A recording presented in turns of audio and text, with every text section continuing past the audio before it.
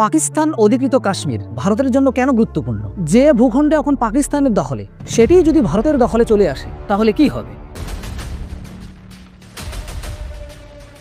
ভূস্বর্গ নামে কাশ্মীর ভারতের এক অনুপম রত্ন, যার সৌন্দর্য শুধু চোখ নয়, আত্মাকেও মুগ্ধ করে।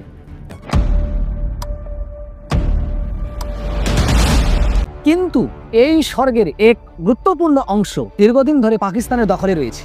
13,297 বর্গ কিলোমিটার এলাকা জুড়ে বিস্তৃত পাক অধিকৃত কাশ্মীর বা পিওকে পাকিস্তান অকুপিয়েড কাশ্মীর শুধুমাত্র প্রাকৃতিক সম্পদে সমৃদ্ধ নয়, কূটনৈতিক, সামরিক ও আর্থিক দিক থেকেও ভারতের জন্য অন্তত গুরুত্বপূর্ণ। এই পিওকে 1947 সালে রাজা হরি সিং ভারতের সঙ্গে যুক্ত হন, কিন্তু তার আগেই পাকিস্তান জবরদখল করে বসে কাশ্মীরের একাংশ।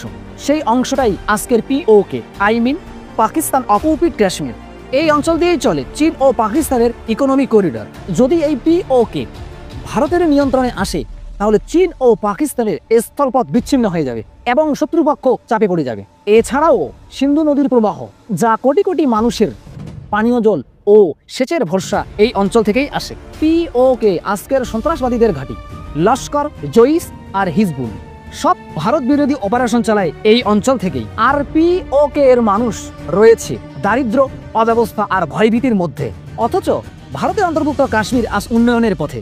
গিলগিট, নীলাম ভ্যালি, মুজাফফরাবাদ সবই হতে পারত বিশ্বমানের টুরিস্ট স্পট, কিন্তু পাকিস্তানের অবহেলায় সেসব অঞ্চল এখন অচল।